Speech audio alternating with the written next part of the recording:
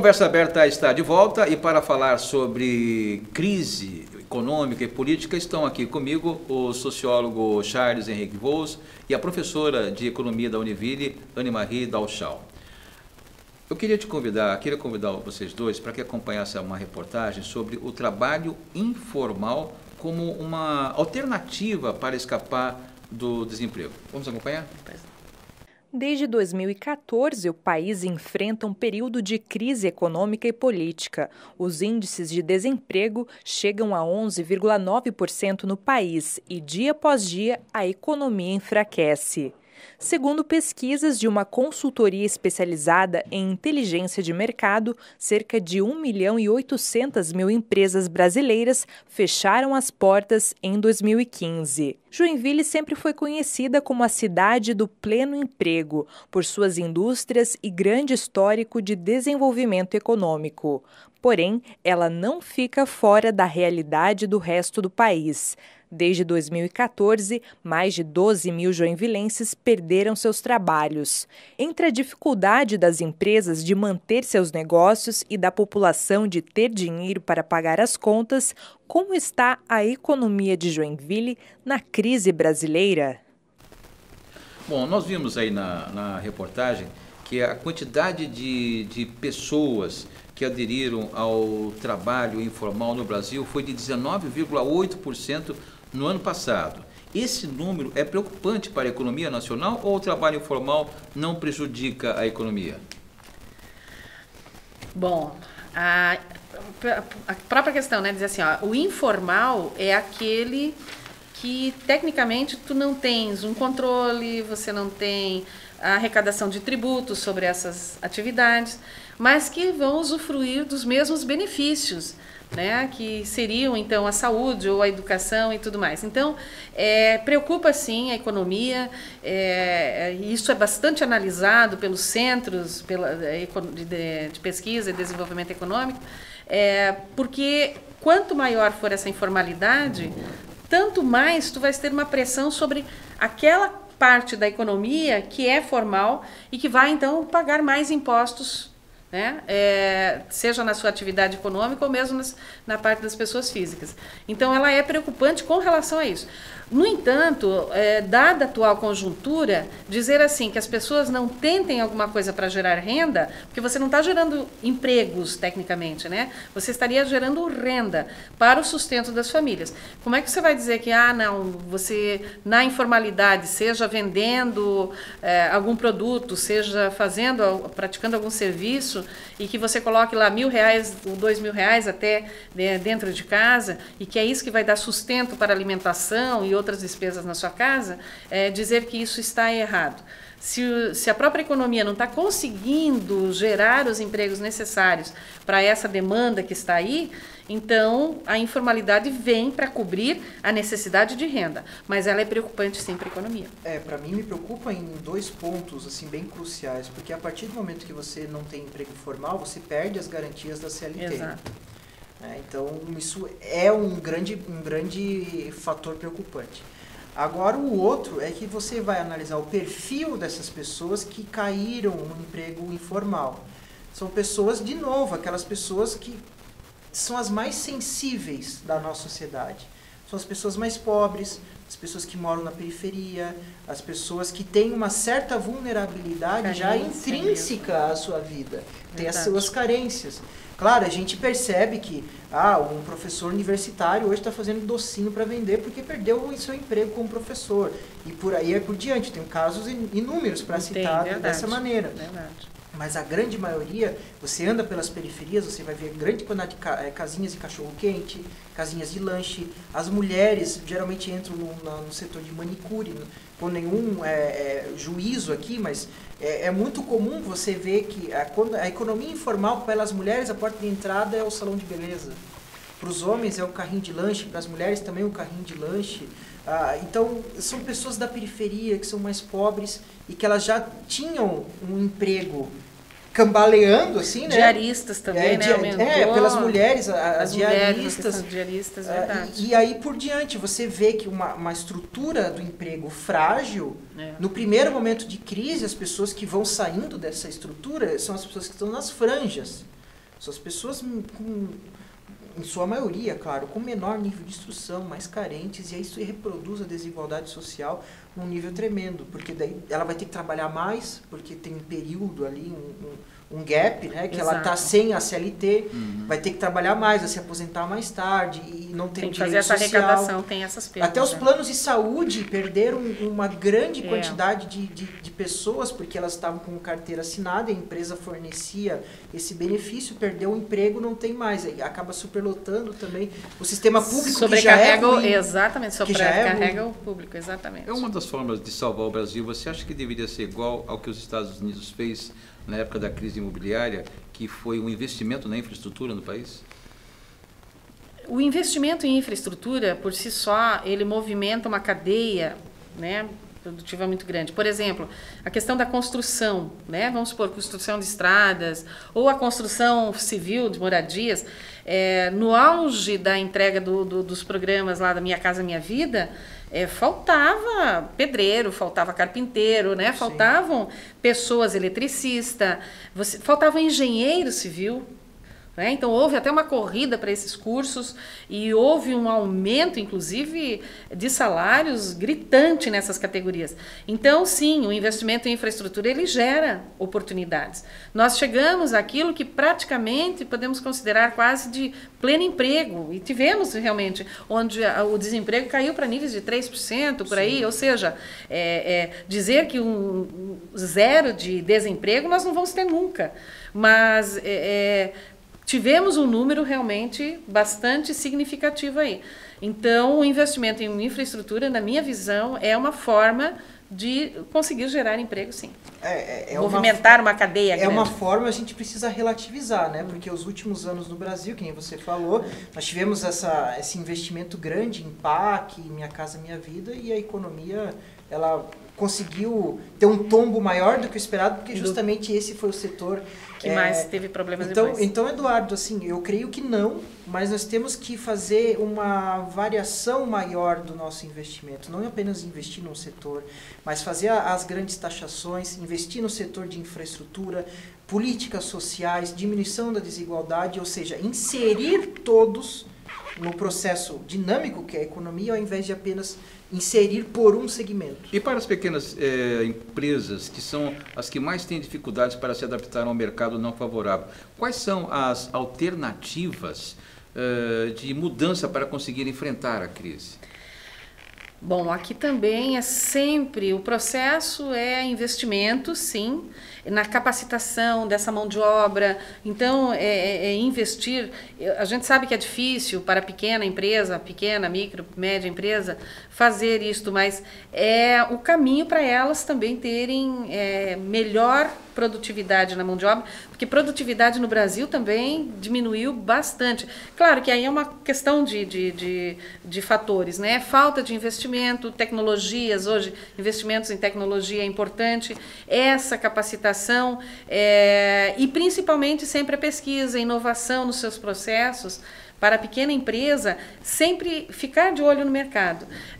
Eu vejo muito, Eduardo, empresários que dizem, não preciso saber como é que está o mercado externo, por exemplo, ou o comércio internacional, porque me basta o que eu faço. O mercado interno, o mercado brasileiro interno, é tão grande que eu não consigo atender a tudo. Então eu não olho. Tá, mas e aí amanhã vem uma empresa chinesa e faz o que você faz, se instala do teu lado com 20% mais barato. E você não olhou o que estava por aí. Então, sim olhar, o mundo é globalizado, a economia é globalizada, e mesmo que você atenda, seja uma pequena empresa e atenda somente o mercado interno, mas você tem que observar o que está acontecendo no mundo. Então, atualização, investimentos em tecnologia, inovação constante, a capacitação da mão de obra, valorizar essa mão de obra, porque o que a gente percebe, às vezes, também nesse momento de crise, as pessoas que estão se recolocando no mercado de trabalho tinham um X de salário e agora tem X menos 1. Então, isso faz com que as pessoas fiquem também desestimuladas, muitas vezes. Na primeira oportunidade, ele vai sair desse emprego, vai procurar outro. Então, essa troca também constante de empregos faz com que as empresas, muitas vezes, não consigam dar aquele passo seguinte que é para melhorar a sua condição na empresa. A pergunta foge um pouquinho da minha alçada, até por isso que eu deixei mais a professora falando, mas a empresa precisa perceber que os padrões sociais mudaram. E uma ferramenta, até que nós, sociólogos, cientistas políticos, abraçamos muito na hora que nós vamos trabalhar com as empresas, é fazer as pesquisas de mercado. Entender o novo padrão que o seu cliente está tendo com esse momento de recessão nacional da economia. Então, hoje ele tem um perfil de gasto, amanhã pode ter outro. Então, se a microempresa, principalmente aquela que mais sofre com esses períodos, tiver um padrão, um retrato social melhor do seu público-alvo, ela pode sim ter esses novos momentos de realinhamento, de investir nisso, investir naquilo, porque ela tem um retrato não só para partir para o achismo, porque muito empresário também tem isso, ele tem um achismo e não segue, ou não consegue fazer uma leitura de algumas dinâmicas, principalmente o setor de serviço e comércio, que lida com uma grande quantidade de pessoas. Sonegação versus corrupção, afetou bastante aí a questão social no país? Enquanto muita gente fala do impostômetro, eu falo do sonegômetro, né? Que é a mesma entidade, só que para o lado da sonegação. A quantidade de recursos sonegados, se fosse efetivamente para os cofres públicos, nós diminuiríamos em muito a nossa carga tributária atual. A nossa carga tributária ela é grande porque nós temos a sonegação de impostos. E essa sonegação de impostos não traz dinheiro para os cofres públicos, não traz dinheiro para políticas sociais. Como eu falei aqui das grandes fortunas, as grandes fortunas elas são construídas, e existem várias pesquisas em relação a isso, que elas são construídas com base na sonegação de impostos como item número 1. E a partir do momento em que o governo não faz nenhuma medida para combater a sonegação, ela vai ter que aumentar o seu imposto. Isso é uma lógica que nós estamos vendo muito no nosso país. O imposto é alto porque é muito sonegado. É muito que não vai para os cofres públicos. E essa baixa da arrecadação da prefeitura aqui de Joinville ocorre porque as empresas estão pagando impostos menores, por lucrarem menos, ou os impostos não estão sendo pagos aqui também? Eu acho que um pouquinho de cada coisa, mas a crise, principalmente, o que o Charles comentou sobre a questão então da sonegação aqui, e que isso encarece a carga tributária, eu concordo. Mas a coisa parece um círculo vicioso mesmo, né? Porque uma coisa influencia a outra. Então, o próprio aumento, toda vez que o governo cria um novo imposto ou aumenta o imposto, ele está alimentando essa coisa da sonegação também. Por exemplo, a questão da CPMF. É um imposto justo? Quem mais movimenta vai pagar mais. Tecnicamente é isso. Agora, quando foi editado lá pela sua primeira vez nos anos 90, a ideia é que o benefício deste imposto fossem investimentos sociais, e que na saúde principalmente, mas ao mesmo tempo ele deveria não sobrecarregar ou até tirar um pouco da carga tributária do setor produtivo. Então, não ter esse imposto, já que eu tenho um imposto para a saúde, né, o item saúde, que está incluído em outros impostos, poderia ser reduzido. E com isso, você não encarecer mais a produção. Então, eu vejo muito nesse sentido.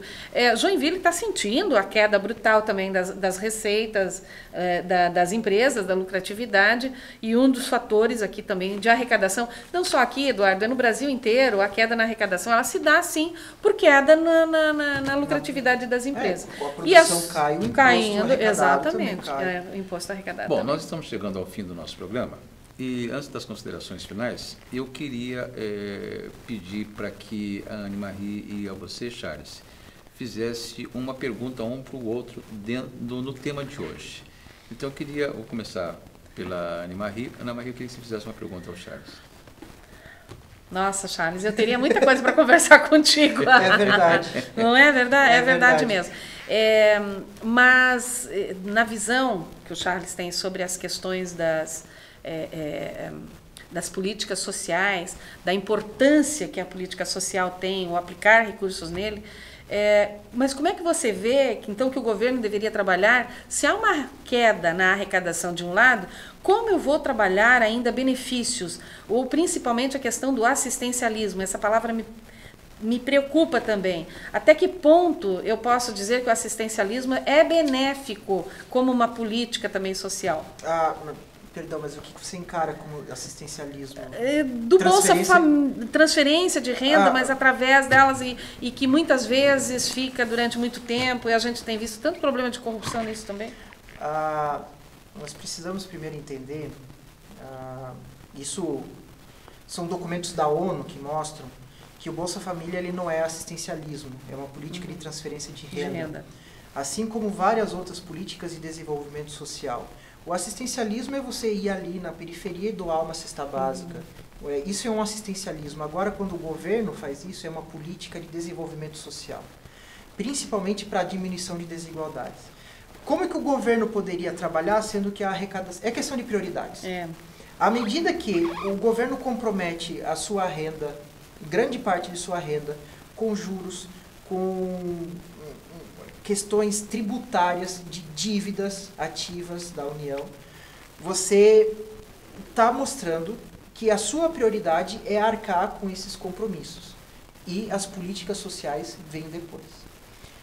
Qual que é o papel do Estado? Qual que é o papel do governo? Qual que é o papel da União? Considerando o nosso histórico de formação social, que nós temos no Brasil, um histórico extremamente desigual, cabe ao Estado ter esse papel de redução de desigualdades. Então, eu concordo até que algumas pessoas possam encarar isso como assistencialismo, mas é um papel fundamental para a gente diminuir as relações desiguais desse país. Então, o que eu falei aqui de Bolsa Família, de taxação de grandes fortunas e todas umas outras políticas que são redistributivas, é o Estado olhando para o país e mostrando qual que é a minha prioridade. A minha prioridade é diminuir a desigualdade social. Em momentos de crise, esse papel deve ser salvaguardado. O que nós estamos encontrando, principalmente para o orçamento do ano que vem, não, nós vamos arcar com as nossas dívidas e nós vamos manter esses compromissos que nós temos fiscais e a política social vai ter que dar uma segurada. E o governo não presta atenção, não toma conta de que você, deixando isso em segundo plano, você está reproduzindo aquilo que você deveria diminuir ou, de fato, acabar. Muito bem. Agora, Charles, queria que você fizesse uma pergunta para a professora. Bem, considerando que ela é professora do curso de Economia, eu percebo uma pouca inserção, digamos, dessa economia mais hard nos cursos, aquela economia, uma teoria econômica que caminhasse junto com uma teoria social. Os cursos, principalmente em Joinville, eles são muito focados nas demandas de mercado. Exato. Como que você avalia essa dinâmica muito estreita entre ensino superior e mercado em Joinville, tendo em consideração o seu curso de Ciências Econômicas, como também o grande perfil dos cursos públicos voltados para a engenharia e as áreas de exatas aqui na cidade? E como que isso poderia ser mudado com outros cursos ou até com outros vieses desses cursos já existentes? Então, no caso específico do curso de Economia, o curso de Economia tem 50 anos, né? Foi o primeiro curso aqui em Joinville, no caso o curso de Economia da Univille, que é o único curso de Economia, então especificamente deste curso. Durante esses 50 anos houve uma mudança bastante significativa na grade, acompanhando essa questão, inclusive, que você falou da necessidade, eventualmente, de mercado. E sim, os últimos 8 anos, principalmente, ou 10 anos, o curso mudou radicalmente para atender mercado. Mas dentro do próprio critério de disciplinas, dentro da área de sociologia, por exemplo, ou mesmo nos trabalhos de conclusão de curso, nós sempre mostramos ou procuramos mostrar para os alunos essa importância da questão mais social também. E por que essa mudança, vamos supor assim? O mercado, ele quer ir se formando para o mercado de trabalho. Então, a ideia é que ele venha com um perfil de desenvolver um projeto, de aplicar isso num mercado de economia mista, que é o do Brasil, né? Que não, a gente não diz que o Brasil não tem uma economia de mercado. O Brasil tem uma economia mista, né? Em função da forte atuação do Estado na economia. Então, nós mostramos esses dois lados neste curso, especificamente. O que a gente percebe nos demais cursos na área de gestão, realmente? Administração, o próprio Publicidade e Propaganda, aqui do IELUSC, são cursos que têm essa necessidade de mostrar realmente o mercado. Talvez essa falta do mais social nos cursos também seja justamente a própria concorrência, né? Que o mercado todo está se voltando muito. Vejo que os cursos diminuíram de tamanho, né? Nós tínhamos aí, economia era 5 anos, agora é 4, tem 6 meses para fazer a monografia. E tantos outros cursos realmente que você tinha uma carga horária mais alta. Curso de tecnólogo formado, veja que vieram os tecnólogos aí por uma questão de iniciativa do próprio governo em formar uma mão de obra especializada, focada. Então, eu acredito, eu tenho a impressão, Charles, que realmente a gente sente um pouco mais essa falta, talvez assim, de dizer assim, ser mais humanizado o curso, né? A questão da humanização.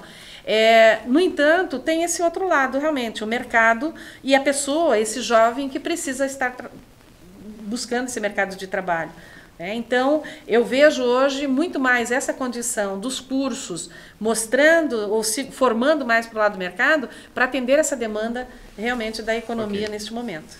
Tá, eu queria agradecer muito, professora Anne-Marie, pela sua participação hoje no nosso programa. Eu que agradeço a oportunidade aqui também. Obrigado, Charles, mais uma vez. Eu que agradeço, só enriqueceu hoje o debate. Obrigado. Obrigado mesmo. Com certeza. Bom, quero agradecer a participação do sociólogo Charles Henrique Voos e também da professora de Economia da Univille e do Bom Jesus IELUSC, Anne-Marie Dalchal.